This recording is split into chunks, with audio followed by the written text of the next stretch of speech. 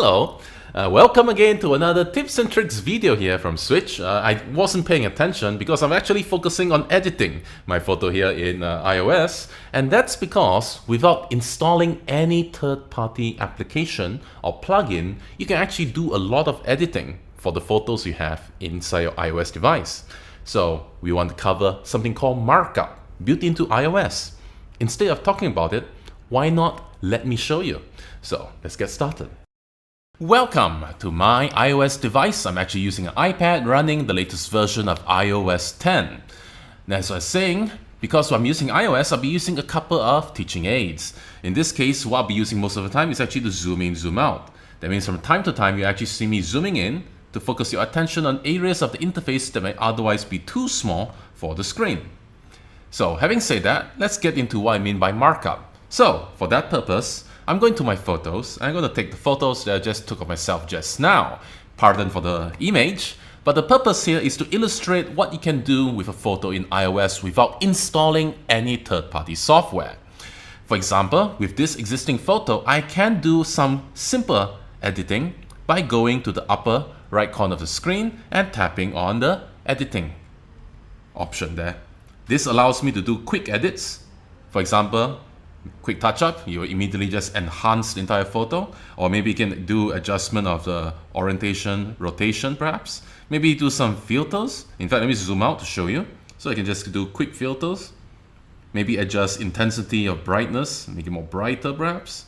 That reduces all my pimples, for example. Increase the color contrast more. Maybe give it a black and white touch-up because I don't want color perhaps. So whichever that you choose, this is more than sufficient for some editing.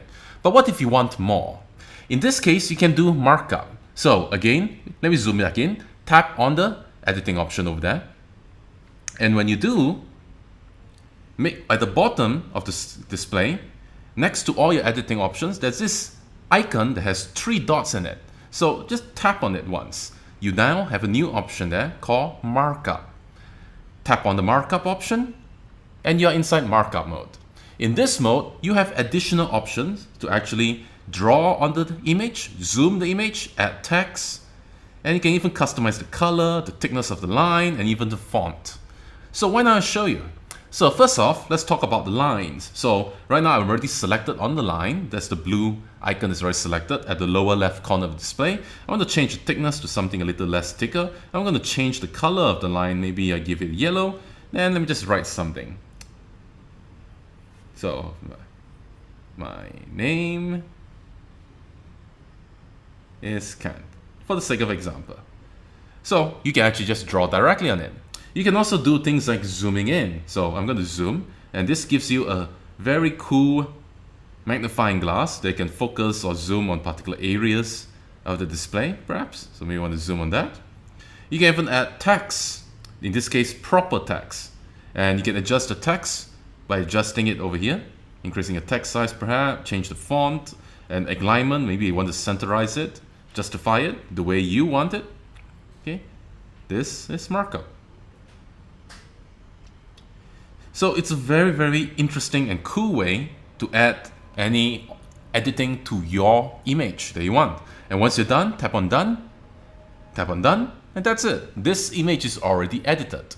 Now keep in mind, when you send your friend an email, this image is already edited. They will receive the edited version of this photo. If you airdrop this, go to sharing perhaps, and use airdrop, you're airdropping this edited version. However, if you plug in your USB cable and import it into your Windows computer or import into your Photos app in macOS, you get the original photo. The edited photo is not exported there. So keep that in mind. All these edits are non-permanent on the iOS itself. If I need to revert it, I just tap again on the editing area, and there's an option at the lower right corner here, says revert. And that's what I'm going to be doing. I'm going to tap on revert and revert to original. And with that, that was an example of tips and tricks for iOS, in this case markup. So if you like our tips and tricks video, please support us by following us, subscribing, and liking us on social media, be it Facebook, Twitter, YouTube, and so on and so forth. Give us your comments and suggestions on what you would like to see in our next tips and tricks video. And with that being said, my name is Kent from Switch, saying thank you for watching and goodbye.